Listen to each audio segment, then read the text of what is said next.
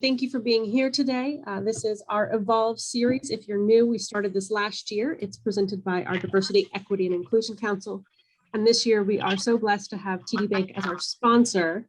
So, John, I'll turn it over to you. I'm going to get the slideshow started. Okay, awesome. Thank you very much, Amanda. As Amanda mentioned, welcome and good morning. My name is John Rutenberg. I'm the Regional Vice President with TD Bank, based out of here in Myrtle Beach. And I'm also a board member of your Myrtle Beach Area Chamber of Commerce. So thrilled to have everyone here today. TD is, as Amanda alluded to, very excited and very privileged to partner with the Evolve series. You know, and what it promotes and what it really educates upon. You know, provides an in-depth look at diversity, equity, and inclusion, really in the workplace. And that couldn't be a better or more direct fit than what we have here today coming up for you guys. Diversity at TD Bank is obviously something that we've valued and has been deeply ingrained in who we are across our 85,000 plus employees from the U.S. to Canada. It's something that's we've always prioritized it and have really put our money where our mouth is with that. And we always continually work internally to find ways to better understand and respect one another, and not only support but also celebrate our collective differences. So I'm proud of TD for that, and I'm proud of working for a company that prioritizes and values that to the degree that we do. That being said, it's my personal privilege to introduce you to today's guest speakers. We have Judy Ellis, John Markey, and David Kenny with AMS. AMS is a global total workforce solutions firm founded in 1996. The solutions that they that they specialize in are along the lines of hiring, talent advisory, employer branding, and candidate attraction. I'll do a brief intro for each of you, and please correct anything that I may have out of context. But our first up on the agenda is Judy Ellis. Judy has over 20 years, has conducted DEI diagnostics from end to end within the recruiting process. In addition to that, she has tremendous experience in employee engagement and employee retention. John Markey up next has 28 years plus of HR and hiring experience and manages global account relationships across several AMS clients. He oversees talent acquisition strategy and the recruitment process for AMS. And last but not least, David Kenny has 30 plus years in the recruitment industry. Some of his experience includes leading up to 160 employees globally and hiring over 50,000 individuals in his 13-year career at AMS. He also works with global retail banks as well as some other major global businesses of note. So, you know, and kind of looking at that collectively, we have almost a century's collective years of experience amongst the three of them. So great resources. I'm very pleased to have all of you here and looking forward to your knowledge and what you will share today with us. So with that, it's my pleasure to introduce Judy and turn it over to her. I really appreciate the introduction. We feel very old hearing that we have almost 100 years of professional experience between us. I will say, although we may be a little long in the tooth, we are very actively engaged in the employer market. And so while we may have experience, we're agile enough to know what's going on today. And I have some college students as children who are always moving in and out of the job market as well, which gives me a lot of firsthand experience. So I'm happy to be with you today. We have a little cartoon here, and it says, why don't we have any fresh ideas around here? And as you'll see, everyone kind of looks the same. They're dressed the same, you know, down to the facial hair and glasses, and yet they wonder why they're struggling with fresh ideas. And while this is funny, I also would ask you a question. Just because these gentlemen all look the same and are dressed the same, does it mean that they are thinking the same? Are we sure about that? Would anyone chime in and let me know your thoughts?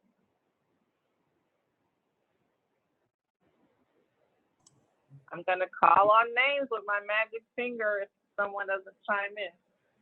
Yeah, I would say my experience with that is that they are probably all thinking different thoughts and different ideas. But maybe in that collective, they maybe not feel free to express those ideas to the extent they may be thinking them. Maybe a little bit of conformity going on there. Hard to tell. But I would say that they all have different ideas and are thinking different things. How they express them, though, could be a little different, could be a little changed, I guess, tailored. I really appreciate that answer, because although we know that diversity talks about many of the ways that we are different, many of them are observable, that there are also differences that we have that aren't observable. There may be neurodiverse issues happening within people. Someone could have a disability. They could come from very different socioeconomic backgrounds, et cetera. And so even while they may be conforming outwardly, we always want to remember that diversity, equity, and inclusion is inclusive, and that there are many ways that we're different beyond those observable differences or traditional aspects of diversity, while very important. So it was a little bit of a trick question and a cartoon in one. So now I'm going to encourage you to kind of wake up, because we have a poll. Rather than kind of throw diversity facts at you, we're going to ask you some poll questions and have you use your brains to tell us. So you'll see the first question. It says, in 2020, the U.S. population under age 18 became majority minority, where the number of people who are multiracial and ethnic minorities exceeded the number of whites. By the year blank, the full U.S. population will reach that status. So please click in your answer. What year do you think the full U.S. population will be so-called majority minority? See that actually the right answer is in 2044. So in a little less than a quarter century, the full population will reach majority minority status. And why that's important is because it's clear that the workforce is changing. So it's very essential for us as employers to prioritize being more diverse and inclusive in order to compete for talent. Because if we go to the same pools and same networks that we've always gone to, the talent's not going to be there. So we have to kind of widen our net to be ready for the changing demographics. And Amanda, if you could launch our next poll question. So in a study using fictitious resumes with the same qualifications, it was found, not fun, that women are on average what percent either more or less likely than men to be called for a job interview. And this was just done 2 years ago, so current information. Women are on average 30% less likely than men to be called for a job interview, even in current times. So the implication of that is that if you're an employer and you're prioritizing being more diverse and you're actively recruiting and bringing women in, that you will have a better chance of getting these candidates. And I see Cheryl is asking, was this industry specific? No, this study was done across industries. This study was done, and you see the source AAUW there, but we'll be sending the PDF to anyone who's interested afterwards, and we have the references for this information on the PDF that you'll receive. But it was across industry that women are 30% less likely to be called for a job interview with identical qualifications. Hey, Judy, a quick question, maybe a comment. We're seeing a little bit of a trend in terms of resumes with candidates putting, I guess, non-descriptive or non-leading, formats in there. So instead of having, I don't know, in the case of this, Sarah Johnson, it would be S. Johnson. So they can't so, there's nothing kind of prejudged in the front end. Is that something that you guys see, I guess, as something, eventually taking hold, or does something like that maybe cause an employer to pause and say, well, we don't know if it's a male or female, and maybe they push that one out? I appreciate that question, John. We have been niggling with that within AMS because many really large employers like Bank of America are actively looking for diverse talent. So right. They're looking for women, they're looking for underrepresented people. So if you're degendering yourself, I think with some employers, this might actually be detrimental. However, there's also research that says if you remove gender from resumes for large-scale employers, that more women and diverse candidates get through the funnel. So my personal anecdotal belief is that if you are in an organization that has actively been trained on inclusive selection processes and you're seeking diverse talent, you might get dinged if you remove that identifying information because people are actively looking for you. But in the broader job market, where people may not be trained or aware of their biases, for example, gender bias, it may actually help. Right. But with many of our clients, we're seeing, I just talked with a client about 3 weeks ago that in their own little internal test, they had less diverse talent get through when they kind of masked the identity, but it's because they were a group that was actively looking for that talent. So great question. So we'll launch our third poll question. I think it might be number 2 on the deck, but we'll see. Yep, so that was my error. I accidentally duplicated question 3 as question 2. So I'm going to read it, and you guys already saw the answer, so you can tell us in the chat. So the question is, while men and women look at job listings in similar manners, research shows that when it comes to applying for a job, women think they need to meet what percentage of the job criteria, while men usually apply after meeting what percentage of criteria. So if you have a guess or remember seeing it, pop it in the chat. Yes, this can be kind of free verse. What percent of job criteria do women think they need to meet in order to apply? Yep, Diane Green is saying 60. And anyone have a guess for what, or she's saying 60, 70. We got 100% from Cecilia there. She must be a quick reader. Yeah, so we go back and see that answer, that actually the research is showing that women in general believe they need to meet 100% of the job criteria in order to apply, while men on average will apply after meeting only 60% of the criteria. And so why this is important is if you load up your job description with, preferred 10 years, management experience, Excel, pivot tables, et cetera, and just add lots of requirements, you are less likely to have women and other diverse candidates apply because they believe, they will say, well, I only have 8 years experience, not 10, so I'm not going to apply.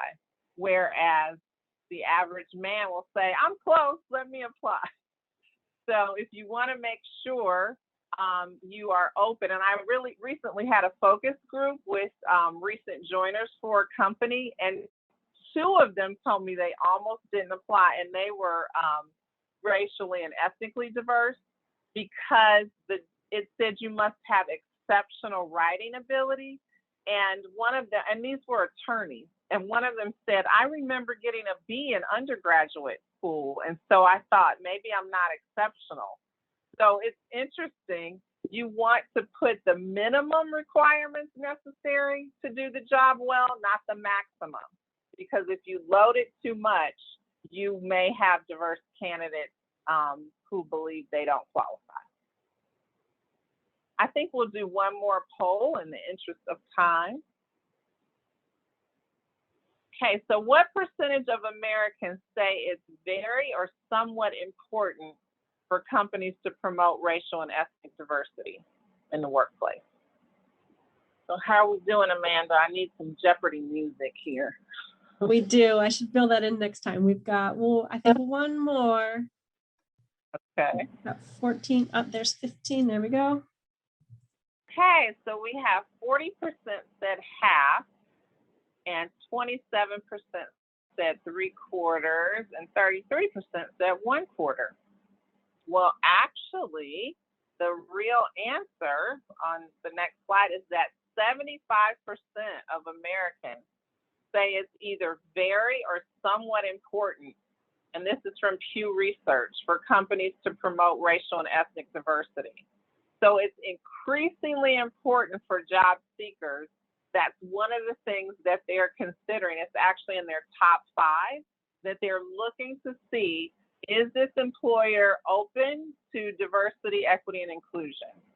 So we're encouraging people to put diversity, equity, and inclusion statements on your job ad, and make sure, we'll do some work later on today to make sure that you're looking at what does my company stand for in terms of DEI, because that is attractive to 75% of Americans. It's one of the things they're looking for. And the research also says it skews younger, that it's even more important for younger generations. So to, again, be in tune with where our workforce is, we want to make sure we're actively working to create that kind of environment and that we're talking about it as an employer. So we'll move on to the slide about the workforce. So we have here that the workforce has radically changed, and now the workplace has to catch up. I think we've already seen, just by the data that we shared during the poll, that in many ways the workforce is in a different place than it was even 10 and especially 15, 20 years ago. The demographics of the workforce has changed, the mindsets, the generational ages of the workforce has changed. I saw you had a recent DEI in the last year, and you know there are 5 generations working side by side in the workforce right now. So as the workforce changes, we as employers need to change in order to keep up. Some of the ways that the workforce is changing is an emphasis on diversity, equity, and inclusion, particularly in the last 12 to 14 months, not just in the US, but around the world. Diversity, equity, and inclusion is on the top 3 of most of the blue chip organizations that we work with as an important initiative and strategy. And just to refresh your memory, diversity is about all the ways we're different as individuals. It encompasses our mix of knowledge, skills, backgrounds, and perspectives. And as we already talked with the cartoon, there are visible areas of difference, but there are also invisible ways that we're different. Equity is about fair treatment and having access and equal opportunity so that all people can rise in an organization to the level of their ability. Inclusion is really defined as having a workplace where everyone can contribute fully and feel that they can bring their uniqueness to work and still belong. And we'll talk a little bit more about that, because diversity in some ways is about the numerical mix that you have. Equity is about people's opportunity and access. And inclusion is about your culture and how open you are to allowing people to be themselves and belong. And you have a critical role, all of us do, in making sure that we have inclusive environments, because we all can play a part in that. And you'll see that we have listed on this slide many benefits from diversity, equity, and inclusion. This comes from a diversity and inclusion change makers research, but we'll just talk about a few of these. On the top right quadrant, you'll see that increasing profits and organizational performance. There have been many studies. Harvard Business Review did one of the groundbreaking ones showing the ROI that organizations that put an emphasis on diversity, equity, and inclusion actually outperform their counterparts in profitability. Moving over to the left middle, you see you have a reduced cost of staff turnover and recruitment because attrition actually is less in organizations that pay attention to DEI. And of course, when attrition is down, then the cost of replacing your talent is down. You'll see right in the middle, enhancing your brand reputation. And this is one of the key components we'd like to talk about with a lot of our remaining time, is that because this is important to entrance in the workforce, the way that you represent your organization to the external world, a lot of it now has to do with DEI. And if you are seen as a organization that cares about this and is inclusive, you will be a talent magnet to people that want to come to work for you. That bottom left quadrant, I will mention, or square, that bringing equity and fairness to all is just the right thing to do. In addition to having business benefits and performance benefits, we know that it's right to have people able to enter an organization without barriers and achieve all that they can achieve. You'll see we have other things there, like creativity and innovation is increased. I saw some of the data you shared in the past during these sessions, and geographic diversity, demographic diversity, gender diversity, all that contributes to better decision making. Diverse teams make better decisions 87% of the time. So it's important for innovation, profitability, and personal ethics that we really pay attention to diversity, equity, and inclusion. And you'll see on the next slide that we have a framework here that was developed at Cornell, but it really talks about what is it that we mean when we talk about inclusion, because sometimes it can seem kind of nebulous. And this framework has, two axes: uniqueness and belonging.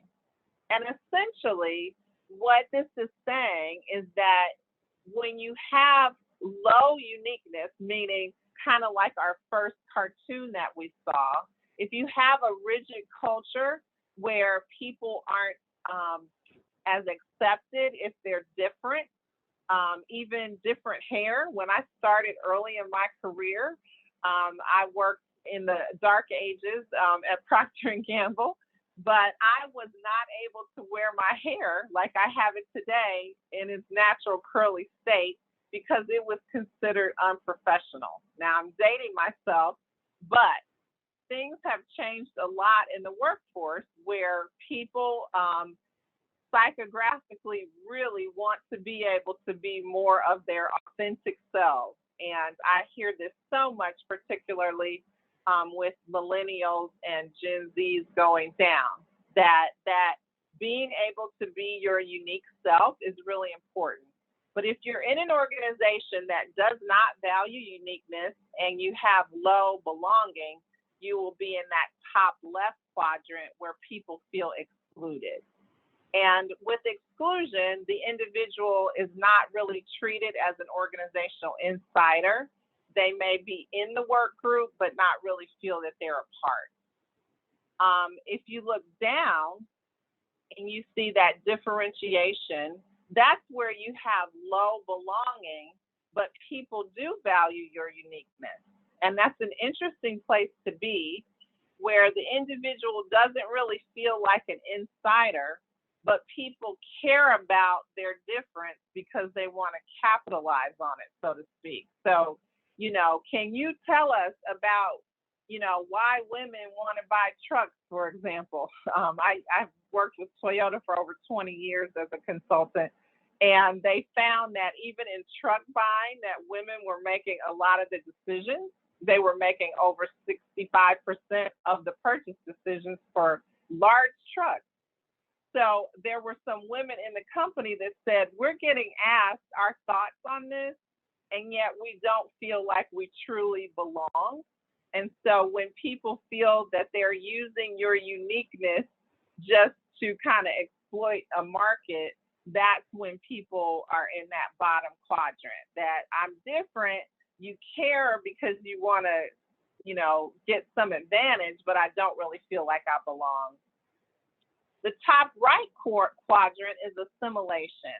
And that's where people may feel very much like they belong as long as they conform to the dominant culture or the group.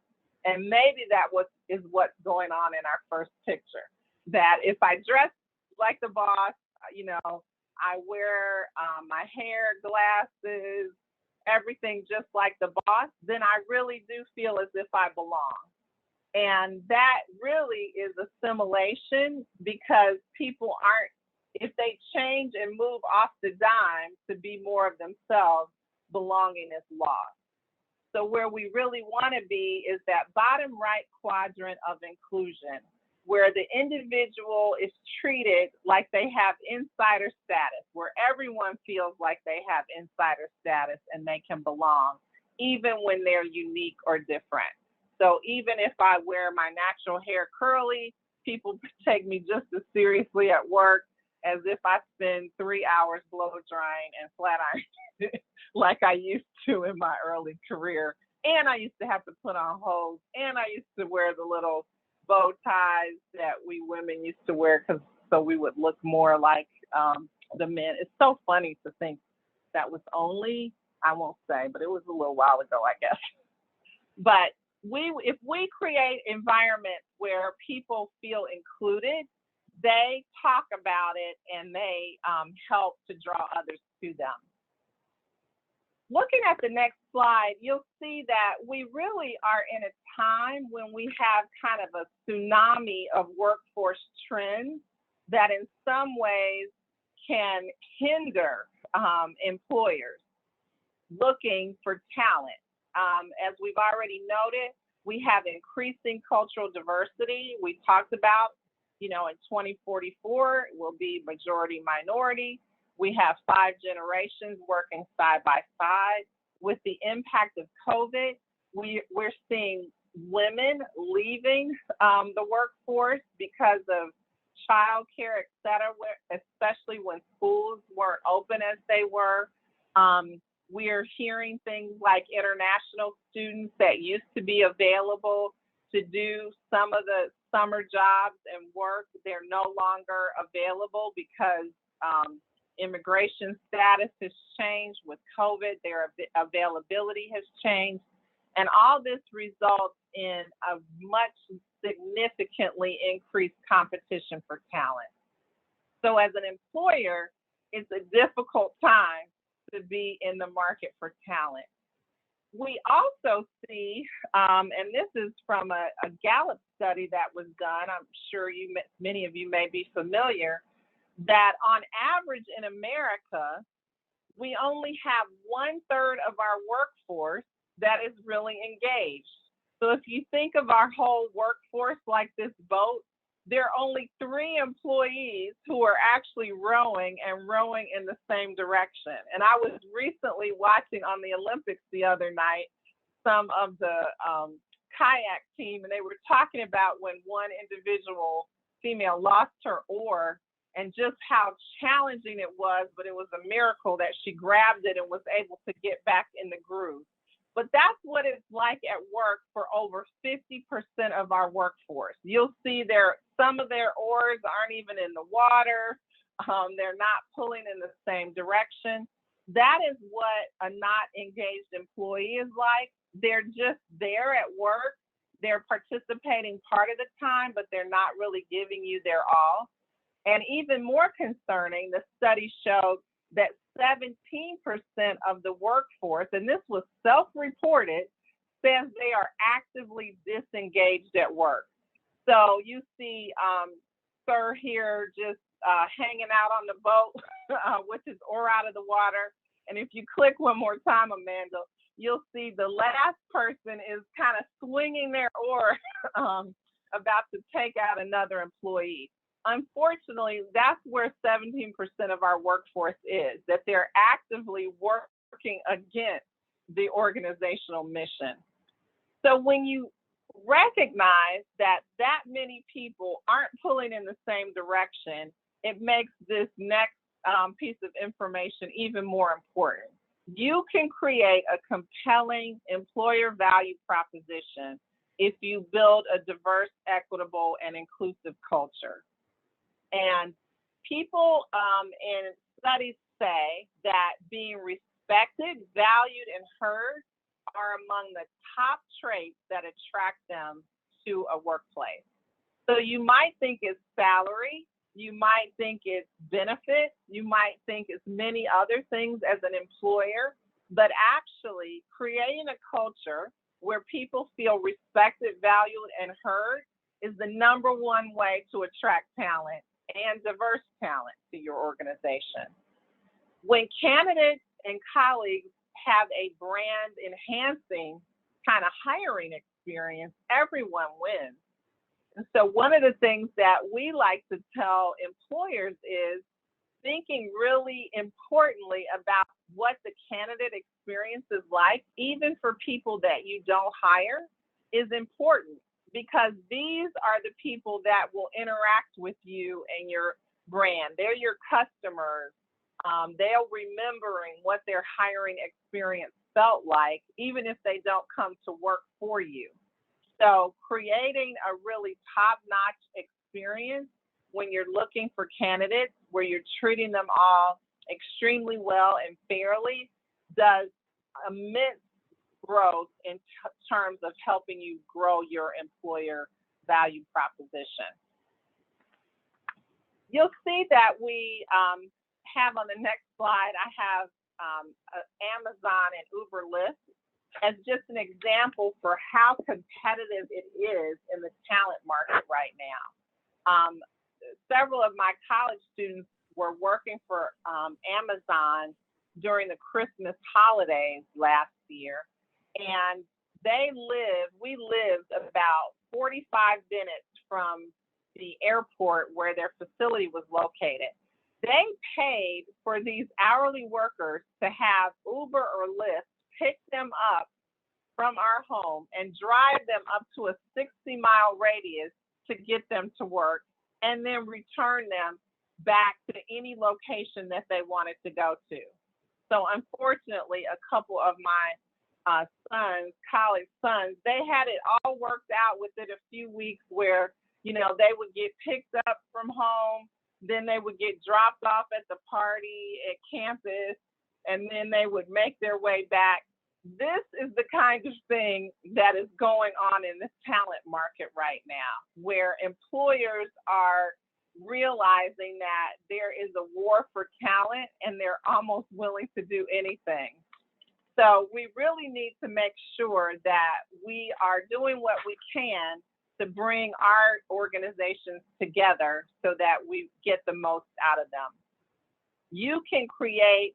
You may not be able to pay for Uber and Lyft to pick people up, but you can create that inclusive culture where everyone feels valued, which is even more important. What I'd like you to do next is take out a sheet of paper, if you have, because we're going to do a little group exercise. You need a pen. All you need is a pen and some paper.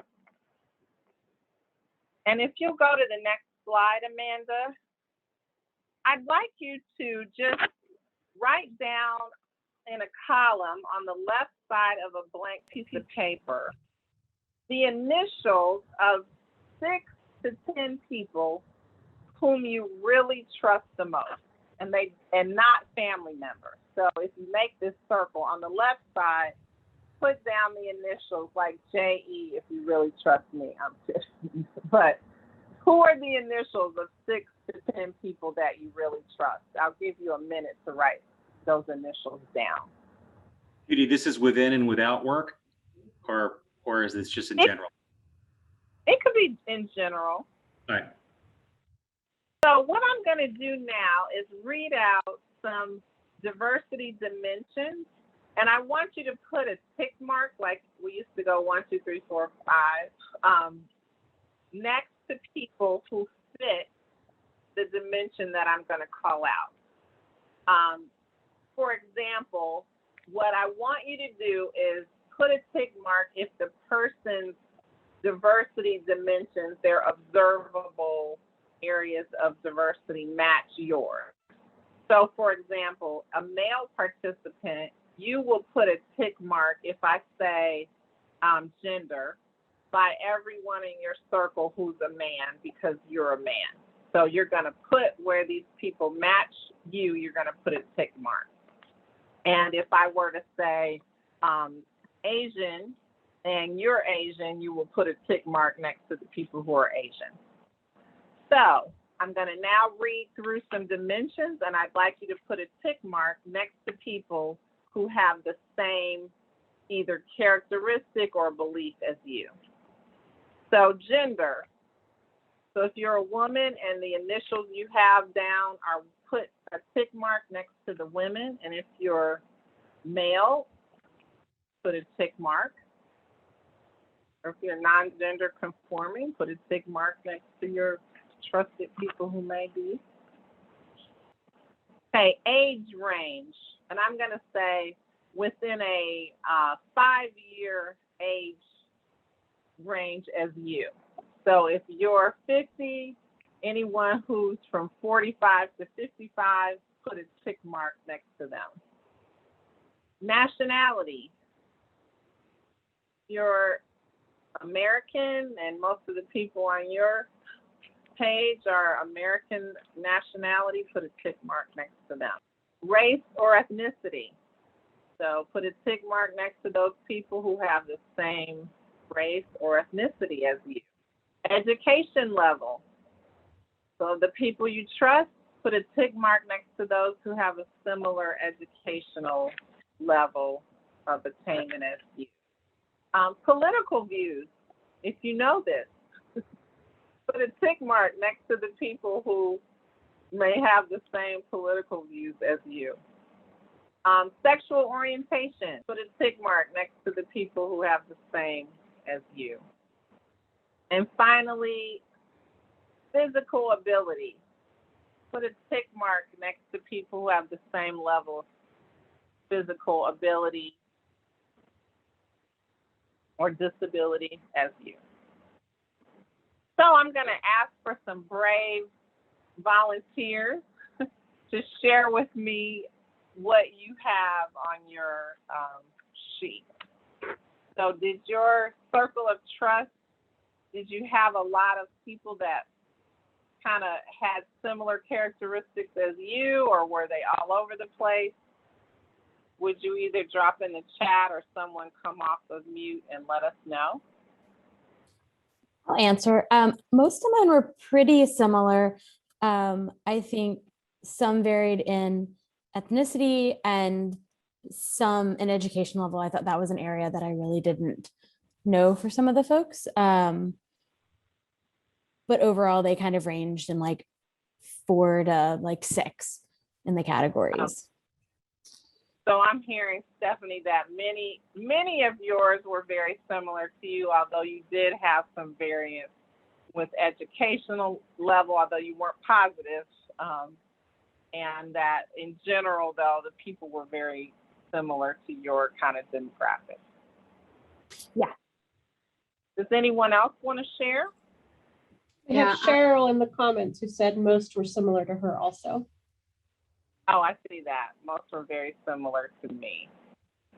And I would share too that I had the same experience, except when it came to gender.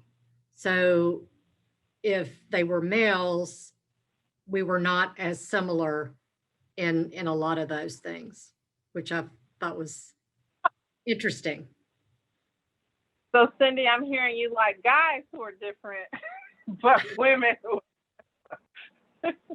you have to go a therapist and figure that one out. No, I'm joking. But that is interesting.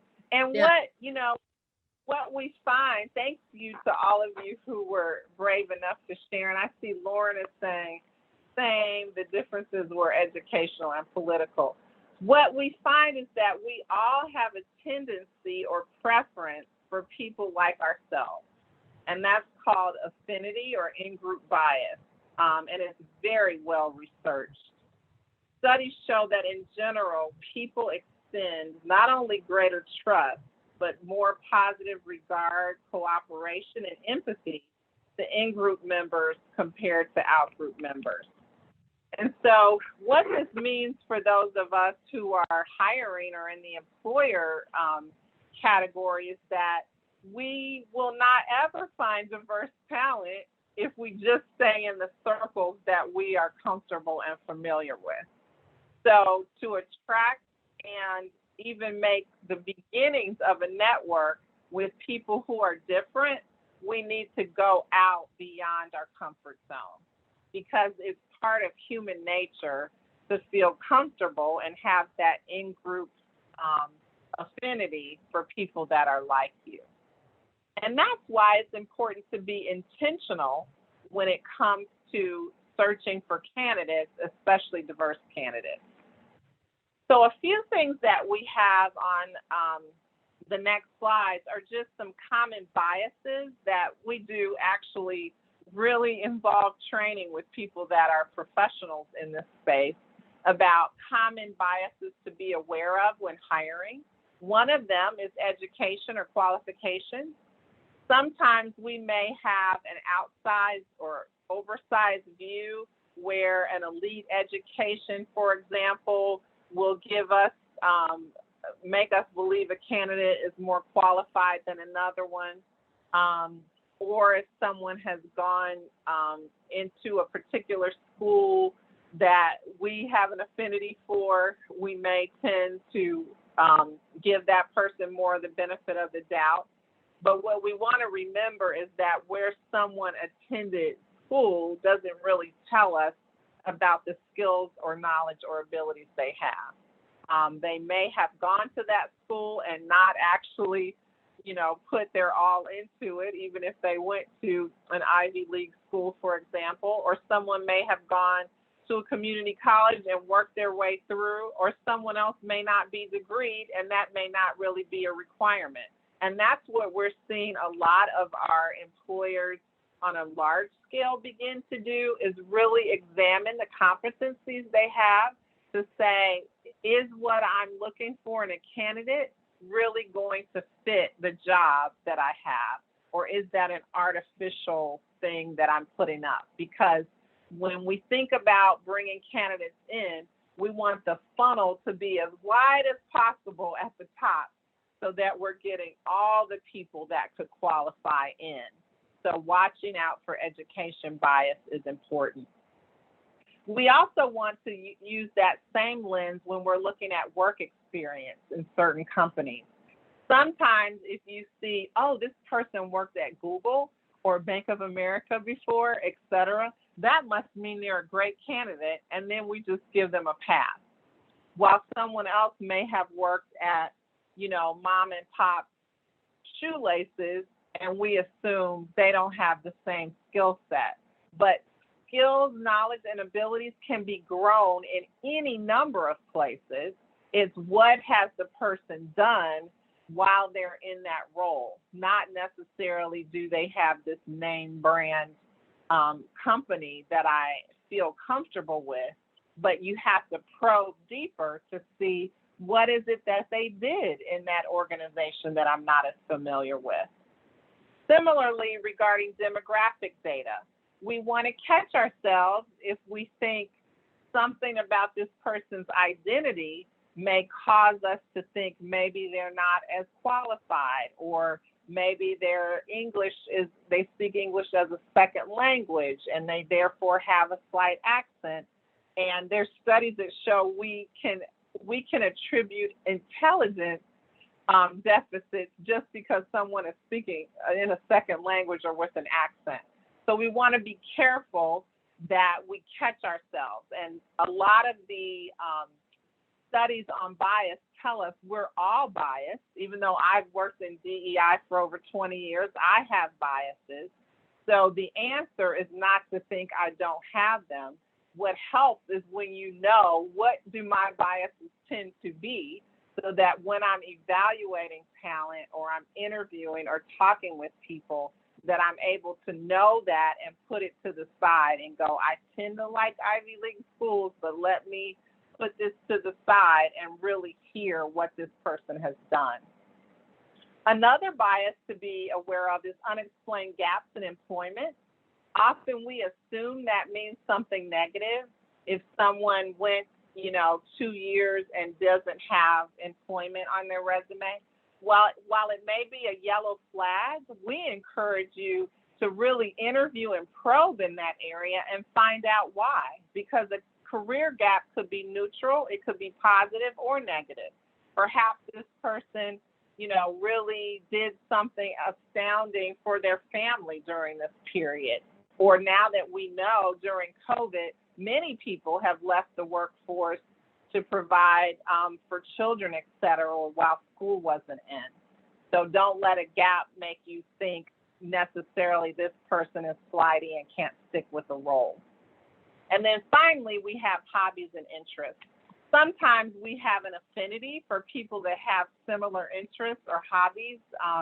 I used to work for a place that really liked football players because they believed it said something about the kind of discipline they had.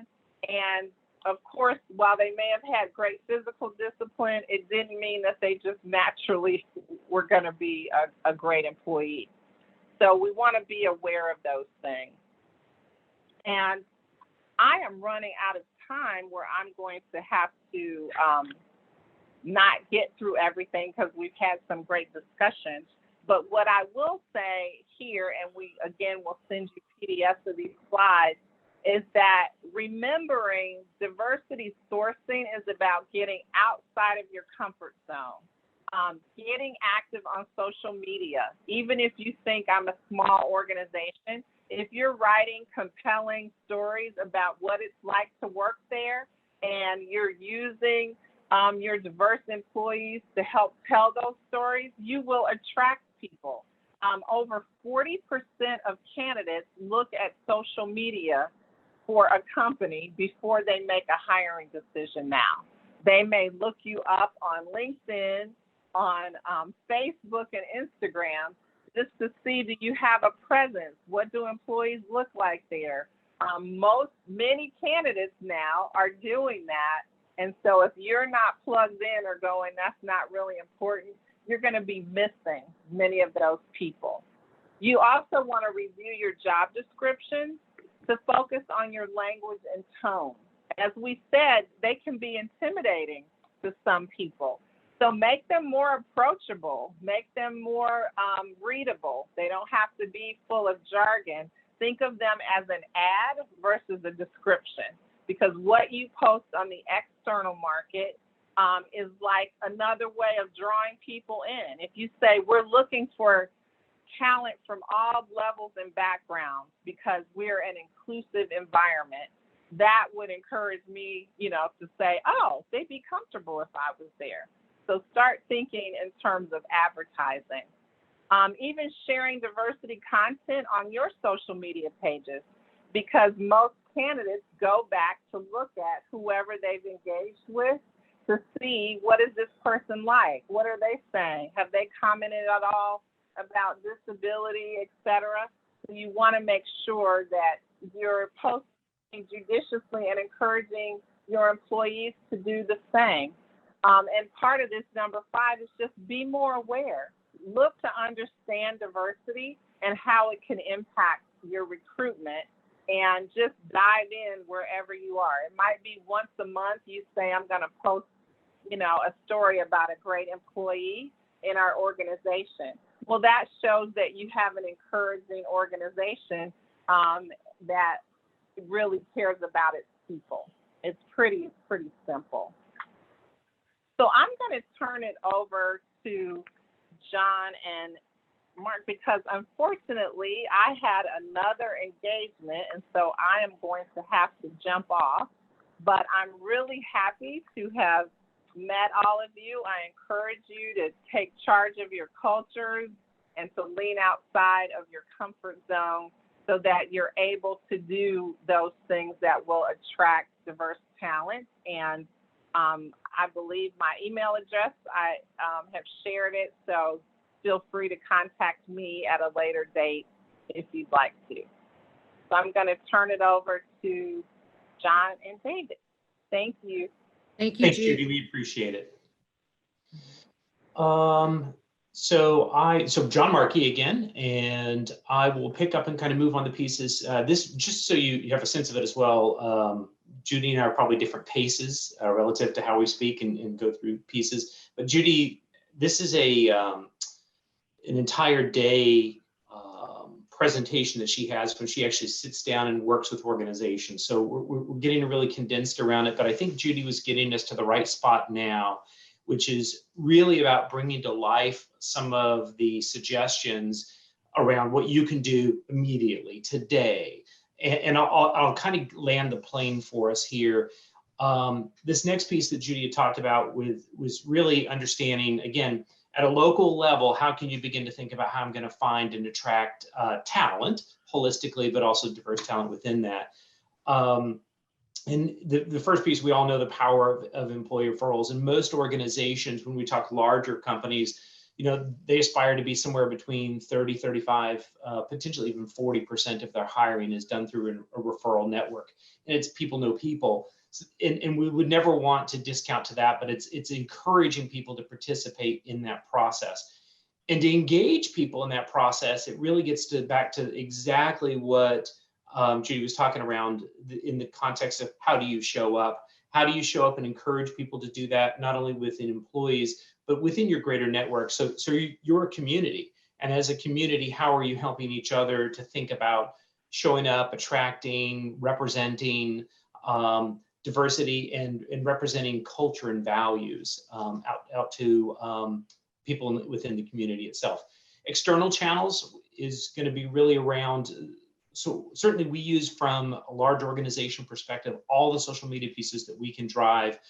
We're networking within professional networks. And I would even say that maybe the opportunity here is from a community perspective is to think about what are some of the networks that are available to us that open up doors and access that are trusted relationships that will help bring that forward for people in the local community to see an opportunity or to bring within the broader community talent to the company, to the individual companies as well. Next slide for us. Yeah, John, I can probably talk us through this one. So going back to what Judy was saying there about listing in job descriptions, and men will apply for a role if they think they're 60% fit, women much more towards that 100 to a 90% fit, and that is common. That's a well-known piece of information, piece of data. The other bit in there is the language that we use in adverts, and you'll see in this slide here on the left and right hand side, terminology wording that on the left-hand slide is more that's seen to encourage females to apply for a role if it contains, the advert contains some of the words that are on the left-hand side. But if you were to compare it to that on the right-hand side, those types of terminology, those types of words tend to have attracted a male pool of candidates applying in bigger numbers. So as well as thinking about listing lots of things in a job description, which would mean in general you're more likely to get more males to apply. It's also thinking about the wording that you use in there. And there is a website just down there at the bottom of the page that you can look on to think about words that maybe are in your job adverts today and how you can make them more gender impartial in terms of making sure that you can attract individuals. So like I say, certain words drive certain candidates to apply and resonate with different markets. And there is a website, like I say, that can help you move on to enable you to look at some of the adverts you're doing and how they work from an attraction perspective. Any questions on that before we move to the next slide? I think Okay. David, to fill in on that, I think that's important, is the wording and how you think about it. It's also about how you show up once you have a candidate. So what Judy had wanted us to address here is, and I always think about it from the context of any organization that my recruiters are supporting, we are part of the brand. And within the brand, we're representing not only the standpoint of a job and an opportunity for that candidate, and obviously there's a strong how do I attract them component right now, but I'm representing the brand from a product perspective as well. And we're creating impressions for people. So her recommendations around here is, as you think about even interviewing and screening a candidate, how do you go through to create a really great experience for them? They may ultimately not be the right hire for you as an organization, but even they know people. And if they've had a great experience through the process, can they make referrals potentially as well? What's their network? Where did they come from that would potentially open up associations for you to be able to tap into additional talent as well? So it's really about creating a great experience for that candidate, and then hopefully if secure them against an opportunity, but if not, where do they lead to other opportunities for us? Next slide. Great. So this is what Judy had on this was around the unconscious bias. And this was, she talked to us several times about it, but how are we creating impressions around the wording that we're doing in job descriptions? How do we potentially even leverage other people when you write a job description, because you know the vernacular, you know what the job is about, you know the culture of the organization. It's worthwhile to ask somebody who doesn't, to take the time and read it and give you their impressions of what they think is landing for that. You also have an opportunity to think about shifting how you engage and create that interview process for them, to change the mindset relative to, we've typically in a lot of organizations and a lot of hiring managers, if we go back in time, during certain economic timeframes when there were fewer jobs and more candidates available, mindsets shifted for hiring managers to be ruling people out. Now we need to change that to how do we be more inclusive? How do I get more people into my process? And how do I still want to screen from a quality perspective, because these people are going to be part of the organization, part of the culture, part of my customer interface. But how do I broaden my mindset and take away some of those limiting visors that I've had for it? So I think it's additionally critical to put the time into the interview process to really understand what this individual's background is about relative to, if you have it from a CV perspective or resume perspective. Who are they? Where'd they come from? And be prepared with the kinds of questions that you want to get at that help you understand whether they're going to fit into the culture. I think we all are familiar with the Peter Drucker piece around culture eats strategy for breakfast. The whole premise around that is, I would encourage, particularly when you're a small organization, every hire matters, and they create a real impression within the team itself, within the culture of the environment, how you interface with your customers. So thinking about those individuals, and do they bring something different that broadens out your organization, enriches your organization, and do they feel like they can come and truly be themselves inside the company as well? Perfect, thank you.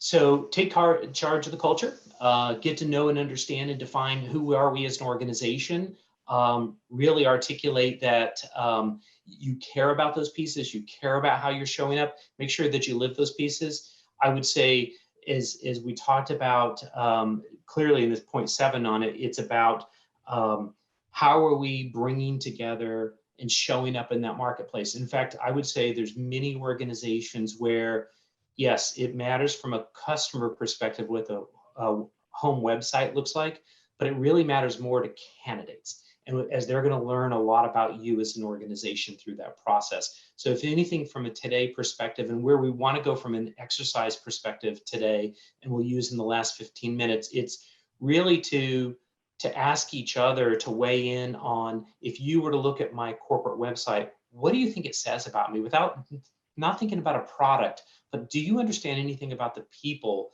that are part of my organization and how we serve the customers that we care for? So if, we'll hop through real quick. Judy has some information on DE&I, sort of how do you think about social media, optimizing it. I think she's going to share the PDF around it. So it's not, I don't have a lot of content to give you versus maybe what Judy would be able to give real world experiences here, but it's thinking about how you create impressions for people through that process. That takes us really to the small group exercise. This is our last section. Just before we jump onto that, John, there was just a couple of things that just wanted to flag out that AMS had done recently. It would just be on the slide 29. Sorry. We just on a couple of things that AMS have recognised as an organisation. We have to work on our diversity as a lot of organisations do. And you know, for example, our CEO is reverse mentoring with a female employee over here in the US. The CEO is based in London in the UK, but he's working with he's reverse mentoring with a female Black African American manager in our organisation to ensure that there's a fully rounded understanding of things from a cultural perspective and how we operate, and that both parties have found that very useful. The other thing we've done is that ask diverse employees, partners, what they think as an organisation, how we're performing and what we're doing and what we could do differently. And I think it's important to also take, as it says there, take the opportunity to ask individuals what they think is happening at these diverse employees that you have, partners that you're working with. Ask them for their impressions, but also listen and then act on it. So a couple of things that we've been doing over the last 18 months as a company around diversity to try and prove where we are culturally as an organisation. Sorry, John, I'll let you carry on.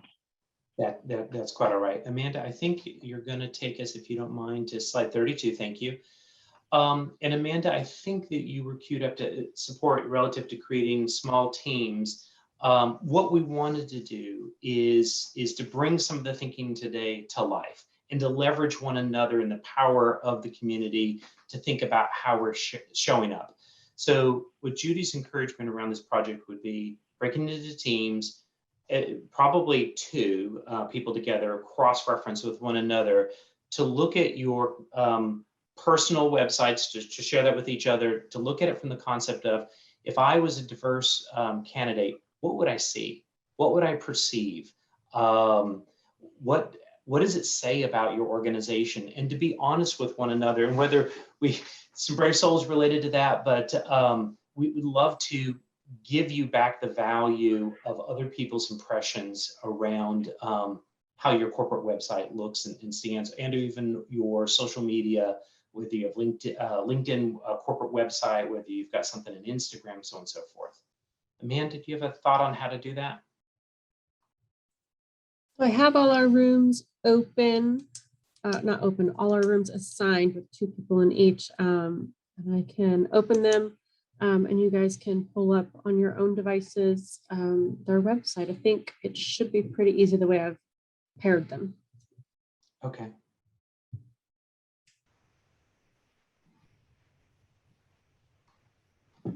So welcome back.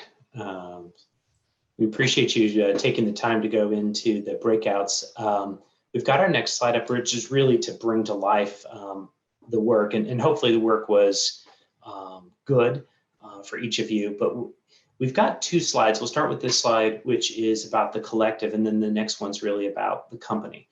But if we've got anybody who's willing to share as you've worked both together and separately to take a look at the sites, what did you learn and what would you give as encouragement for your partner to either change, to start, to discontinue relative to how they show up as a website in thinking about it from a candidate perspective? Any takers? I was with Cecilia Evans with Bank of America, and looking at the Bank of America site, she pointed out that when you click on About Us, because when you look at you look at the homepage, it's, log in here and all that. But then when you click the About Us tab, it talks about, diversity, equity, inclusion. It talks about projects that they are involved in. So it kind of gives it a much more, what's the word? I don't know what the word is, but a better feeling than just when you go to the homepage and you see log in here and blah, blah, blah. So I thought that was pretty neat when I went there, and you could see everything that they are, that is important to them and part of their culture as well. The powerful word we hear a lot is, and particularly for younger populations, is authenticity. And it needs to feel authentic as to who you are, and it needs to come across. So it's not just branding, you've got to live those values as well. Thank you, Cindy. Anybody else? Other thoughts on that? On things that you would either change or continue with a partner, or a recommendation you might give them?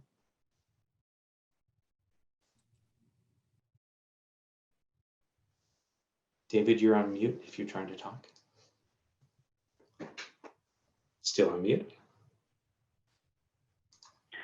Mute's off now. Hopefully that you can hear me now. Yeah, I was just looking at with Diane with the Webster Myrtle Beach College, and a couple of the images had diverse groups within the images, the photos that we used that was skimming through. Age as well was diverse as well in those images, not just gender and race. And the other thing was quite in the who we are section, as Cecilia has mentioned there, D&I and inclusivity were mentioned higher up in terms of the sections that were to be reviewed, where had a higher prominence, giving them more positive positioning in the document. Okay, thank you for that. So I think, again, this slide and the next slide are kind of that same thing. One is the community here, the next one is specific to your company. But the takeaway for today, right, is to reflect on how do we show up and what are we doing that differentiates our community, that differentiates our companies, that tells a story about opportunity, that tells a story about diversity and culture and values, and being able to bring those across. So we appreciate you coming together today, giving us this opportunity with you. We hope from a takeaway perspective, again, it's sitting back and recognizing that oftentimes companies build websites and build their social media around selling a product or service. And right now, the product you need to sell is the opportunity for somebody to come and be a part of the organization and be a part of your community. So it's just, you're selling to somebody different at the moment and just thinking about how you show up for it.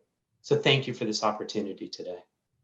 And John, David, and I know Judy's already left. Thank you all so very much for facilitating this class today. I think it was just great information. I had a few eye-opening moments as well that I was telling Cecilia about, specifically about job descriptions and those words that probably don't need to be there, because someone reading it may say, well, no, I don't have exceptional communication skills. I think I have pretty good communication skills. So I definitely took that away, plus so much more. A huge thank you to TD Bank for sponsoring. And I just wanted to give a shout out to Cecilia for connecting AMS and the Chamber to put this class together. So we really appreciate it, and it was awesome. Thank you. Thank you. Thank you, each of you.